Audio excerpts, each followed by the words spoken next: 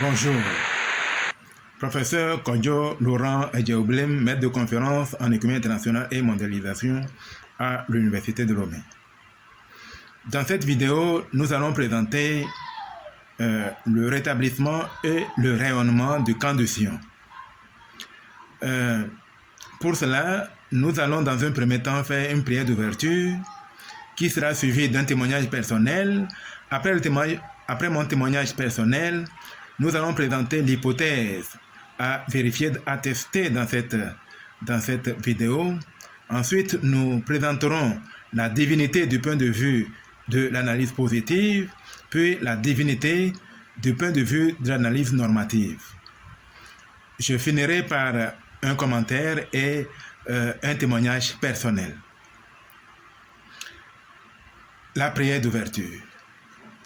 Ô Dieu, Père éternel, Dieu infiniment glorieux dans les cieux, nous, tes enfants du Togo et d'ailleurs, nous nous présentons devant toi aujourd'hui pour te louer, pour te glorifier, pour te rendre grâce, pour te manifester nos dévotions et nos oblations.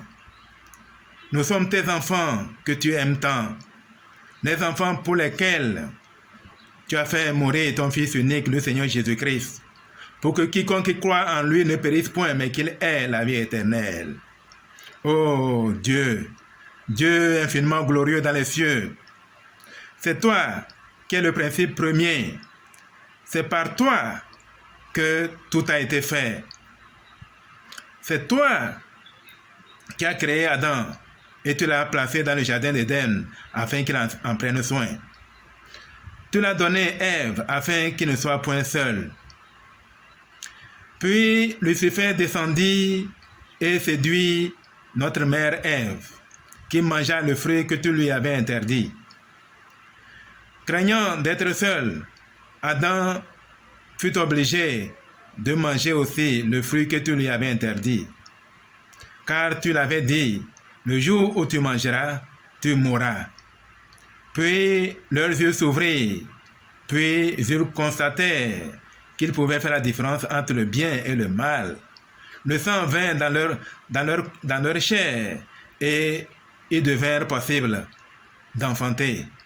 Il nous engendra et au milieu des temps, au milieu des temps, tu envoies ton Fils unique Jésus-Christ qui mourut pour nous sur la croix, afin que quiconque exerce la foi en lui ait la vie éternelle. Seigneur, nous te glorifions, nous te rendons grâce pour toutes ces choses, pour ce grand amour que tu as pour nous. Père Saint, viens ouvrir notre entendement, déverse ton Esprit Saint en abondance sur nous et sur toute chair, afin que ce que nous faisons maintenant soit compris et que le rassemblement des élus se réalise puissamment, afin que quiconque écoute cette vidéo se rende compte qu'il s'agit ici du camp de Sion et qui se mobilise afin qu'enfin nous puissions combattre le bon combat, afin que nous puissions précipiter Lucifer dans sa dernière demeure qui est l'enfer, qui est préparé pour lui depuis la nuit des temps. Père Saint, viens vers nous, que ton esprit vienne avec nous et nous se déverse en nous en abondance, afin que notre parole soit pure, afin que nous puissions parler avec hardiesse comme nous devons en parler. C'est là la prière que nous t'adressons humblement au nom sacré de ton Fils unique Jésus-Christ. Amen. Maintenant, mon témoignage. Quand j'étais jeune étudiant, en 1986, à l'Université de Lomé, un beau matin, je fus touché par l'Esprit du Seigneur. Alors que j'étais assis dans ma chambre, les cieux s'ouvrirent et je vis deux grands personnages dans les cieux. Chacun d'eux tenait une longue épée. Ils se poignardaient l'un l'autre et soudain, l'un d'entre eux fut précipité vers moi. Il descendait vers moi en toute vitesse et à un moment donné, je sortis dehors pour voir où il tombait exactement. Mais une fois dehors, je ne vis plus rien. Tous ceux qui étaient dehors ne voyaient rien. C'est en ce moment que je reviens dans ma chambre et me rendis compte que la vision avait été refermée. Puis, 20 ans plus tard, en 2006, cette fois-ci, dans un songe, dans une vision nocturne, je passais devant notre chapelle et je vis que Hitler et son demi-gouvernement passaient devant la chapelle. Je m'arrêtais pour voir ce qu'ils faisaient dans notre chapelle. Puis, ils rentraient. Ils entraient dans la chapelle, puis commencèrent à distribuer leur évangile aux membres. Voyant que les membres ne recevaient pas leur évangile, ils furent furieux. Ils sortirent de la chapelle. Quand ils sortirent de la chapelle, c'est alors que je rentrais. Et Hitler venait droit devant moi. Satan représenté par Hitler. Il venait droit devant moi, mais je ne lui cédais point le passage. Il fut obligé de descendre de terre-plein et marcha par terre. Et en me fixant méchamment, il sortit de la chapelle. Puis une fois dehors, une grande colonne de lumière descendit devant moi. Et dans cette colonne de lumière, une voix se fit entendre. Voilà comment cela s'est passé. La mission de Kodjo, c'est de combattre le diable. Puis la lumière partit. Voilà mon témoignage du camp de Sion. Le camp de Sion a pour mission de combattre le diable. Tous ceux qui ont pour mission, tous ceux qui sont de l'archange Michel ont pour mission de combattre le diable. Tous ceux qui sont destinés à la vie éternelle sont du camp de Sion. Et en particulier, ceux qui sont de l'archange Michel, leur mission, c'est de combattre Lucifer, le corps de Lucifer. Voilà pour mon témoignage. Je sais que ce témoignage est vrai. Je le dis réellement, je le raconte tous les jours. Je le raconterai jusqu'à ce que tout le monde en soit conscient. Voilà pour mon témoignage du camp de Sion. Je sais que Dieu nous a investis d'une grande mission, celle de combattre Lucifer, celle de combattre le camp de Sion, celle de combattre le camp de l'adversaire, le camp de Lucifer. Voilà la réalité. Maintenant, l'hypothèse à démontrer dans cette vidéo est la suivante. Nous avons pour mission dans cette vidéo de montrer que le camp de Sion qui existait dans les cieux, qui a précipité Lucifer sur la terre, est de nouveau en action. Et qu'il n'y a que deux camps sur la terre. Le camp du diable d'une part et le camp de Dieu d'autre part. Tous ceux qui ne font pas partie du camp de Dieu font partie du camp de Lucifer, qu'ils le sachent ou non. Nous allons maintenant faire une analyse. Nous allons présenter une analyse de la divinité, du point de vue positif et du point de vue normatif. Premièrement, du point de vue positif. L'analyse positive présente juste ce qui est fait actuellement par l'homme. L'analyse positive, c'est la vie telle qu'elle va, au jour le jour, la manière dont l'homme vit, ou le diable vit, ou la façon dont le diable inspire les gens de vivre. Le diable inspire les pays, les nations, les organisations. Et le point de vue normatif fait référence à ce que l'homme devrait faire, à la manière dont l'homme devrait vivre, à la manière dont toute organisation, les pays, les organisations devraient vivre. Voilà pour l'analyse normative. Nous allons présenter d'abord l'analyse du point de vue positif. Voilà, du point de vue positif, il faut savoir que quiconque relève du camp de Satan est illégal sur la terre. C'est l'ensemble des démons, l'ensemble de ceux qui ont perdu leur premier état au ciel, et qui sont descendus sur la terre illégalement. Ils n'ont pas eu de corps physique. Ils ont seulement le corps d'esprit. Et tous ces gens-là, tous ces esprits sont maléfiques. Ils ont pour objectif sur la terre de rendre les hommes malheureux comme eux. Et à ce jour, ils ont déjà transformé beaucoup de gens en démons et en diables. De sorte que leur camp est gonflé. Mais gonflé pour l'enfer.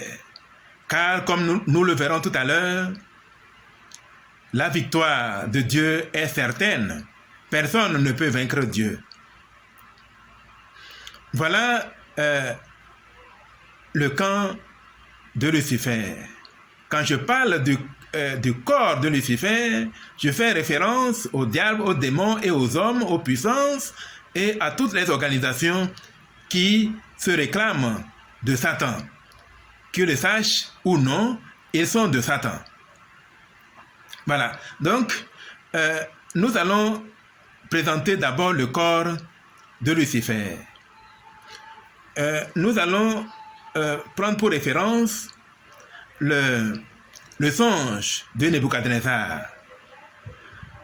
Nous allons voir que de Nebuchadnezzar à Joe Biden aujourd'hui, c'est le corps de Lucifer. Quand je parle du corps de Lucifer, je ne veux pas dire que les gens qui sont dans ce camp ne peuvent pas se convertir pour rejoindre le camp de Dieu.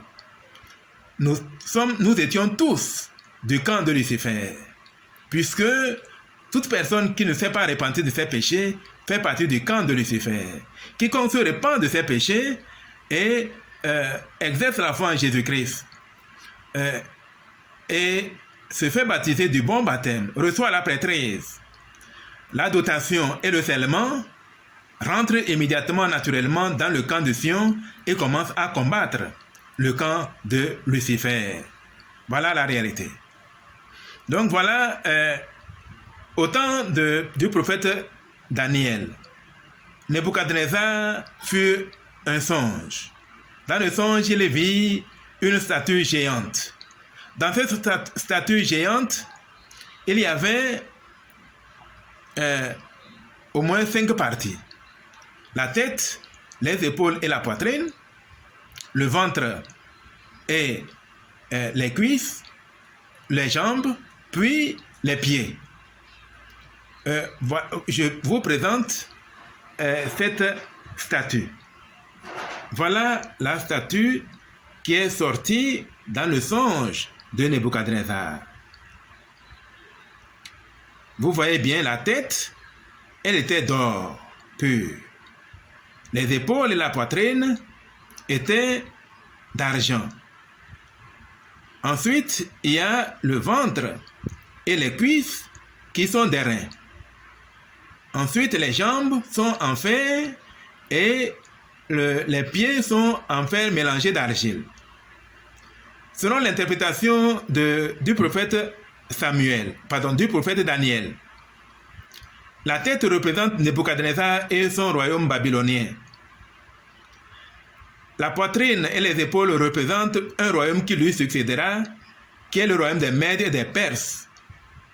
Ensuite, il y aura un troisième royaume, ou empire, qui est l'empire grec, représenté ici par le ventre et les cuisses qui sont des reins. Ensuite, il y a les cuisses et les jambes qui sont en fer, qui représentent le royaume ou l'empire romain. L'empire romain s'est disloqué et a donné lieu à de petits empires, à de petits royaumes que nous connaissons aujourd'hui sous le nom des pays de l'OCDE. Ça, c'est l'interprétation des prophètes. Et pourquoi les pieds sont-ils en partie de fer et en partie d'argile? Vous connaissez très bien les relations qui existent entre la France et l'Angleterre. L'Angleterre et les États-Unis et l'Allemagne. Ce sont des alliances humaines. Ce sont ces alliances-là qui représentent l'argile. Tout le monde peut s'en rendre compte facilement que ce sont des puissances qui sont sorties de l'Empire romain. Et par conséquent, les dieux de l'Empire romain sont aussi les dieux de l'Empire des puissances actuelles. Dans le songe de Nebuchadnezzar, il y avait une pierre qui s'est détachée de la montagne sans le secours d'aucune main, qui frappa la terre, qui frappa la statue à ses pieds.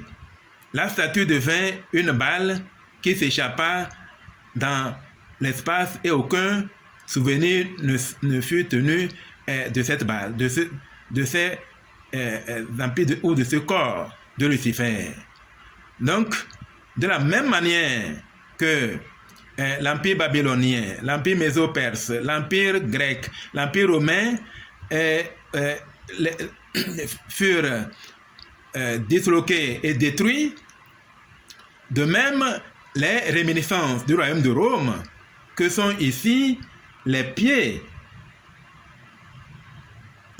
en partie argile et en partie fer, vont bientôt disparaître de la terre, comme les autres royaumes avaient disparu. C'est pour cette raison que le camp de Sion est rétabli, pour précipiter la chute de ces empires démoniaques.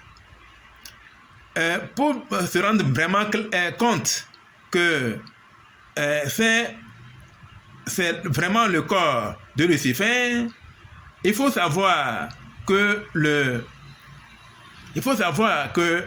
les dieux du royaume babylonien étaient en nous et en tout des dieux païens. Ensuite, les dieux de l'empire méso-perse étaient Ahura Mazda, également des dieux païens. Ensuite, nous avons les dieux grecs comme Zeus, Apollon, Dionysos, ainsi de suite, qui sont également des dieux païens.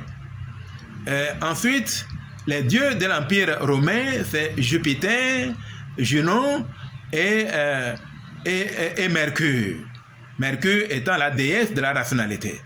C'est pour cette raison que le monde satanique, le monde des puissances actuelles, est dominé par la rationalité, qui est le contraire de la divinité, qui est le contraire de l'évangile. Dans l'évangile, il n'y a pas la rationalité. Il y a la foi en Jésus-Christ qui peut transporter une montagne pour la jeter dans la mer. Cela n'est pas rationnel, mais cela est puissance. Voilà ce qui se passe réellement. Donc les dieux des puissances actuelles, qui sont les réminiscences du royaume de l'Empire romain, sont Jupiter, Junon et Mercure. Par conséquent, vous voyez bien Capitole. Capitole existait déjà dans l'Empire romain. Quand vous regardez attentivement la ville de Washington, vous verrez la distance entre le Capitole, la Maison Blanche et le Pentagone. Cela forme un équerre. Tous ceux qui sont francs-maçons savent ce que c'est. Ils savent que la ville, les grandes villes, ces puissances-là sont bâties sur la puissance diabolique. Elles sont bâties en utilisant les symboles francs-maçons et Illuminati. Ce sont donc des dieux romains qui sont ainsi représentés. Tous les symboles, tout représente Lucifer. Par conséquent, tous ceux qui exercent leur foi dans ces choses relèvent de Satan. Nous prions afin que tous ceux qui appartenaient à ces puissances se répandent et rentrent dans le royaume, dans le camp de Sion, afin de vaincre ceux qui sont devenus déjà diables, ceux qui ont le chiffre 666 déjà marqué sur leur front. Et voilà la situation réelle. Nous prions pour que cela se réalise réellement. Voilà l'analyse positive de la divinité. C'est une analyse positive parce que nous voyons que ce camp est contre la justice. Ce camp est contre la persuasion. Ce camp est contre le Saint-Esprit. Ce camp a promu l'homme produit de l'évolution. C'est l'évolution qui est enseignée dans les écoles. Ils n'enseignent guère la création. Ils ont délibérément choisi l'évolution. Ils ont choisi même la laïcité. Tout cela concourt à asseoir la puissance démoniaque. Donc tous les pays occidentaux actuels, tous les royaumes qui relèvent, qui sont les représentants de ces puissances, sont du diable et méritent d'être combattus. C'est pour cette raison que tous ceux qui combattent les feuilles ne font aucun grand effort, car tous ces pays, les pays africains, asiatiques et autres, qui sont des représentants de ces puissances, ne sont que des périphéries. C'est comme des feuilles dans un arbre. Quiconque combat le régime du Togo, quiconque combat le régime de Côte d'Ivoire, quiconque combat les régimes africains, est en train de cueillir seulement les feuilles de l'arbre. Pour combattre cette pieuvre, ce grand arbre, il faut d'abord déraciner l'arbre. C'est en ce moment-là que le camp de Lucifer tombera. C'est en ce moment-là que Lucifer sera déraciné et qu'il sera jeté dans sa dernière demeure qui est l'enfer. Réellement, cela est clair. Toute personne qui a la foi peut comprendre facilement ces choses. Toute personne peut savoir que ce que font nos gouvernants ne le font pas par eux-mêmes. Ils reçoivent des commandements. Ils ont la feuille de route pour accomplir des choses de Satan. Ils ne le font pas par eux-mêmes. Ils sont pris en otage. C'est pour cette raison que j'invite tout le monde à se joindre au camp de Sion afin que nous terrassions cet arbre par les racines, par le tronc, afin qu'une fois que ce grand arbre est tombé, aussi les autres puissances qui dépendent d'eux tomberont également. Voilà où se situe le combat réel. Tous ceux qui rentreront dans ce combat, qui feront tel que je le dis, vont réellement participer au camp de Sion. Ils puiseront dans la force de l'agneau. Ils puiseront dans la force de Dieu. Ils utiliseront le sang de l'agneau pour vaincre Lucifer. C'est uniquement par le sang de l'agneau qu'on peut vaincre cette pieuvre, cet arbre tentaculaire. Nous devons nous repentir. Pour appartenir au camp de Sion, nous devons nous repentir de tous nos péchés, exercer la foi dans le Seigneur Jésus-Christ, prendre sur nous la prêtresse, recevoir le bon baptême, recevoir la dotation des pouvoirs des cieux, être scellé avec sa famille. Dès qu'on fait cette chose-là, on puise dans la force de Dieu. On puise dans la force de Dieu pour vaincre le diable. Voilà comment se présente l'analyse positive de la divinité. Maintenant, l'analyse normative. Dieu et les hommes étaient tous des intelligences dans les cieux. Et à un moment donné, Dieu qui était la plus grande intelligence alla vivre sur une terre où il prit la chair et le sang. Il fut glorifié et devint Dieu. Et une fois Dieu, il nous transforma en esprit. Puis lorsque nous avons fini notre progression dans les cieux, il nous envoya sur la terre pour faire une expérience terrestre. La terre est une étape probatoire pour voir qui héritera du royaume céleste, qui héritera du royaume terrestre, qui héritera du royaume céleste et qui mérite les ténèbres extérieures. Voilà le but de la vie sur terre. Voilà pourquoi nous nous levons maintenant pour le rassemblement de Sion, pour le camp de Sion, en particulier ceux qui appartiennent à l'archange Michel, pour combattre Lucifer, pour combattre ces choses, ces puissances démoniaques. L'apôtre Paul a dit, nous n'avons point à lutter contre la chair et le sang, mais contre les esprits impurs dans les lieux célestes, contre les principautés, contre les dominations, contre les autorités de ce monde de ténèbres. Et donc, on ne combat ces choses que par les armes de Dieu. Donc Dieu est Dieu. Dieu ayant créé toutes choses, il est le Dieu légitime, il est le Dieu légal, il est le Dieu normatif, il est le Dieu qui a établi toutes choses, et tous les phénomènes de la nature sont des phénomènes normaux, sont des phénomènes régis par des lois. Et le royaume satanique, comme on l'a vu, n'obéit à aucune loi, il obéit au contraire des lois. Et toute chose est normale sur la terre jusqu'à ce que les royaumes sataniques les transforment en des choses anormales. Nous devons remettre la chose dans sa forme propre. Chaque chose doit être remise dans sa forme propre, dans son ordre propre.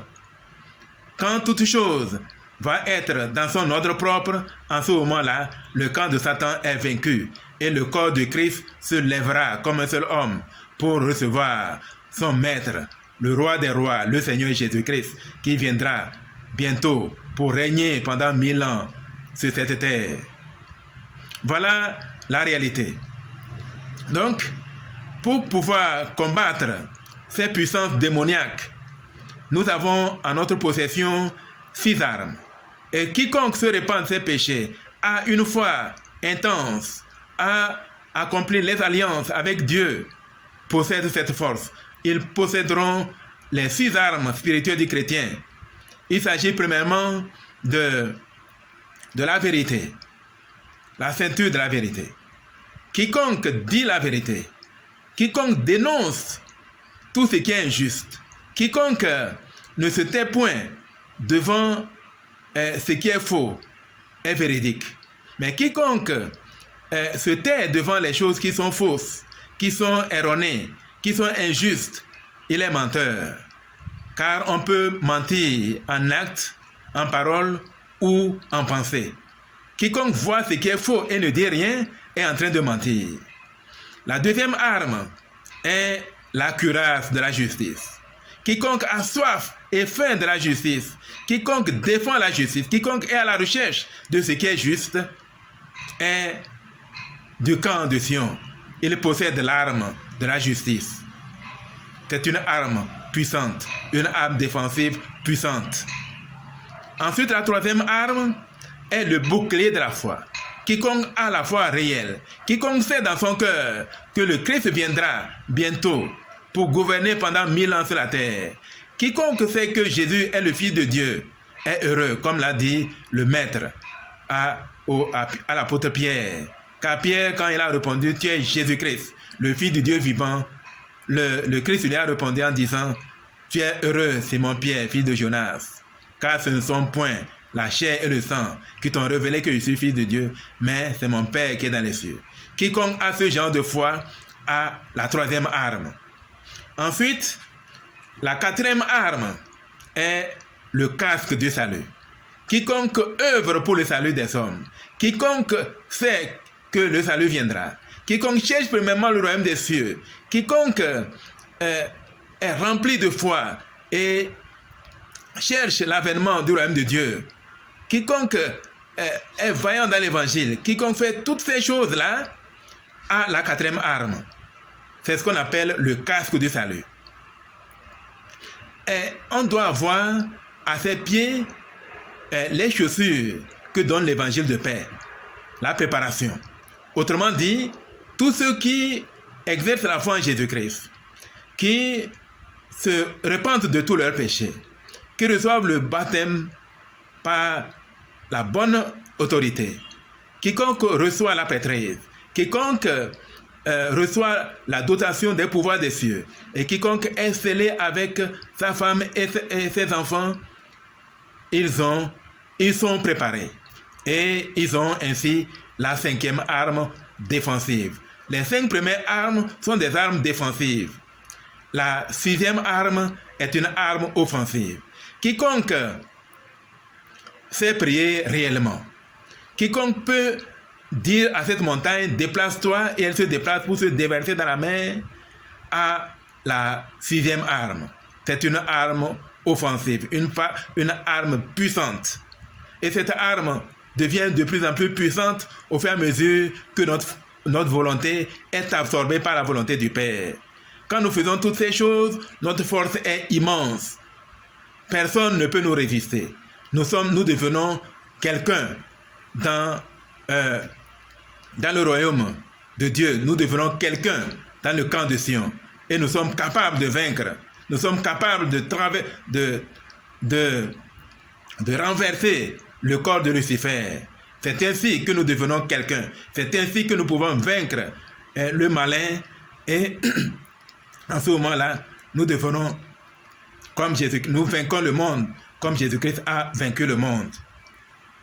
Voilà le rétablissement et le rayonnement du camp de Sion. Nous rendons témoignage de toutes ces choses. Tout le monde peut voir que ce que nous disons est vrai. Le songe de Nebuchadnezzar est vrai. Daniel l'a interprété clairement. Et les prophètes modernes ont expliqué clairement que les puissances actuelles sont des réminiscences de l'Empire romain. L'Empire romain avait pour Dieu Jupiter, Junon et Mercure. Et tout est clair. Quiconque relève de ces puissances fait partie du corps de Lucifer et est malheureux. Quiconque appartient au camp de Sion est heureux. Je témoigne de toutes ces choses. Je témoigne que quiconque se joindra à nous trouvera le bonheur immédiatement. Car le bonheur, les conditions du bonheur ont été dictées par Dieu. Le bonheur vient de ce que nous sommes dignes, nous sommes justes. Quiconque enfreint les commandements de Dieu perd le bonheur. Quiconque appartient au corps de Lucifer perd le bonheur. Il sera malheureux comme Satan. Je témoigne que quiconque distribue, partage à une grande échelle ces vidéos, s'abonne à cette chaîne et participe par des commentaires en aimant et en faisant tout ce qui est requis, va trouver un grand bonheur. Il puisera dans la force de Dieu. Il sera membre du camp de Sion et il vaincra le monde comme Jésus-Christ a vaincu le monde. Je témoigne de toutes ces choses. Je sais que quiconque fait ces choses trouvera le bonheur dès maintenant et dans les temps à venir. Nous devons tout sacrifier au camp de Sion, car seul le sacrifice au camp de Sion nous vaudra un véritable bonheur. Nous trouverons la paix dans ce monde et la paix dans le monde à venir. Tous ceux qui sacrifieront tout ce qu'ils ont au camp de Sion auront le bonheur au centuple, auront ces choses au centuple dans cette vie-ci et dans la vie à venir.